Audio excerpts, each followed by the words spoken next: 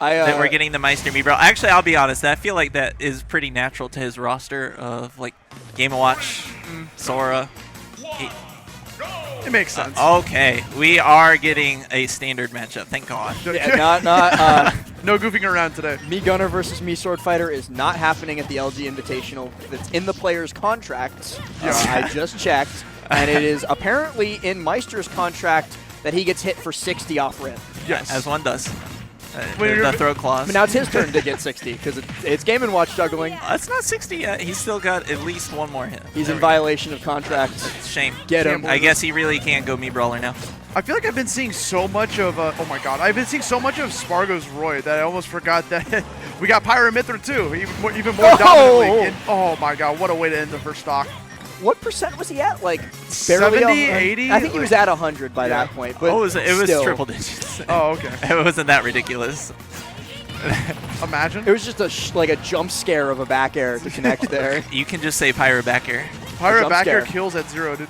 Like, can we talk about the Nair instead? Can we talk about any of her aerials? Straight Nair, bubbling. Talk about this character? Bye. Down air at 48. Wow, did you see Pyra hit down air to up air? So this is why Me Brawler was a reasonable choice. No, in seriousness though, this is definitely a character that can get blown up pretty quickly by Game & Watch with the right hits. The problem is it's really hard to get those right hits against Mithra. She is so fast. The positions that you need to get her in are usually things like grabs. And if your DI is as good as Sparg0's, your drift is as good as Sparg0. Look at that. It's tough, dude. Like to be able to like close that distance and get that grab against a very quick character like this. But one thing that Meister's been doing a lot today is going off super deep for those back airs. Something too though that I want to point out with Mithra specifically is that even if you do get those early hits, if you're not exactly perfect, you get foresighted and then it's a reversal and then you're suffering again. Speaking of suffering, this dare up air, not quite enough to KO. Meister has maybe one more chance to fight back. Oh, this is it. Yeah, that's the dead. moment, right? Has him off stage, no double jump, you're too low. Even Sparg0 knew, right? He just drifted right up to the blast zone, and now we have ourselves a one-stock match. Unfortunately for Meister, though, he is like one swing away from being sent into game number 2. And he's also one jump read away from getting a straight hit and to taking Sparg0's third stock here. Just It like the is second entirely possible that Meister just gets a quick triple back air off stage again, so Sparg0 has to be very cognizant of it, as I'm sure he is. Looking for this jab on ledge, and it's just a fade back fair. Okay, Sparg0 had his number. Got nothing too fancy, right? Just playing it super safe with the fadeaway fair to be able to close that out. But Meister started to adapt there in the late start part of that game, so that might come into play later on in that set. I would actually say that was kind of fancy.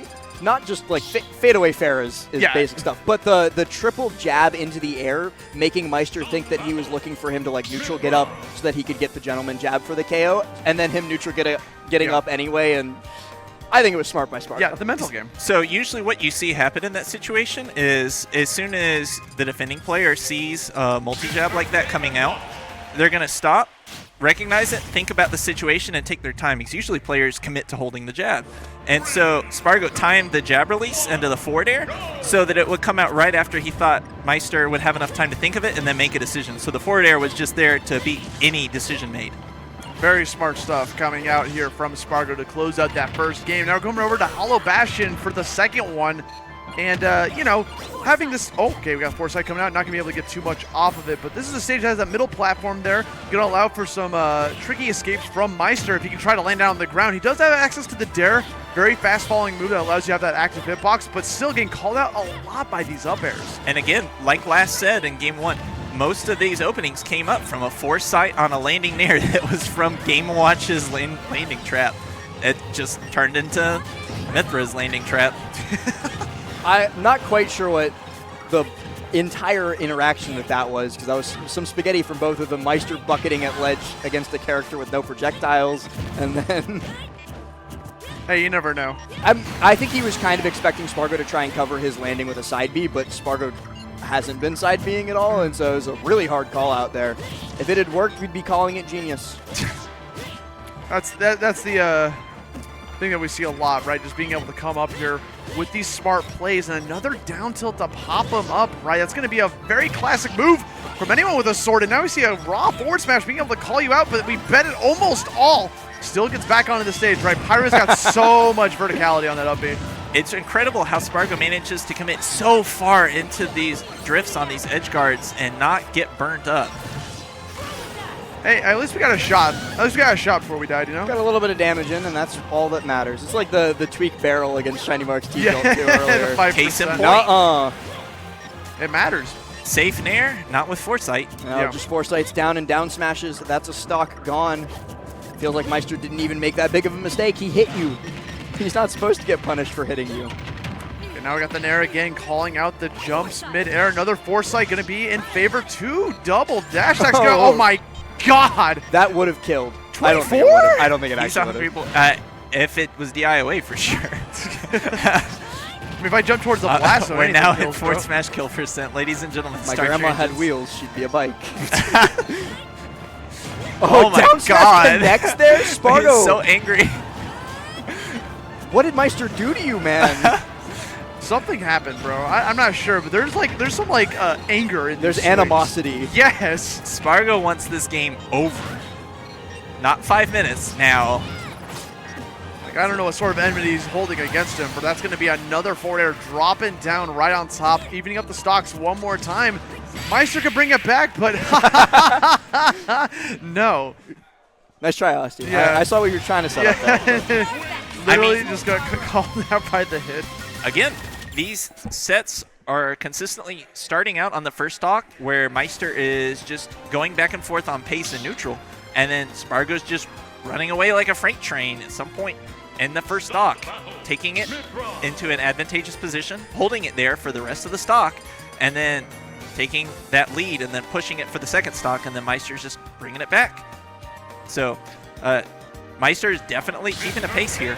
It's just a matter of, can he find these big plays that are making his comebacks early and then sit on top of that lead? Because we haven't seen Maister get a big lead yet. I think describing him as a freight train is really apt too, because it feels like Sparg0 on every matchup that he plays is so heavily momentum based that once he really starts to run away, you're drowning at that point. It's so hard to find any sort of respite against him. Case in point, this game started, we're 15 seconds in, and Maister has had maybe one of the worst disadvantage states he's had in the entire set, and it just keeps going. And he almost died from the down air too. And got make no lucky, it was mistake, technical. that's not a bad disadvantage state. Any bad disadvantage state would have already been dead like 3-4 disadvantages ago. No, like Maister should be commended for living for 30 seconds. Yeah, Like, honestly, good stuff to Maister. Great stuff, Maister. He lived for so long. Not many players on this planet can survive being hit by Sparg0 for that long. Yeah. Dear God, this is... The wave dash back before the fair Sparg0. My goodness. That's how you know he's feeling himself, right? Whenever you see the movement coming out from Sparg0 like that, just waiting for the next opportunity. Another opportunity to go for the air dodge, to be able to trigger it off of the forward air. Another up air. What is going 80. on, dude?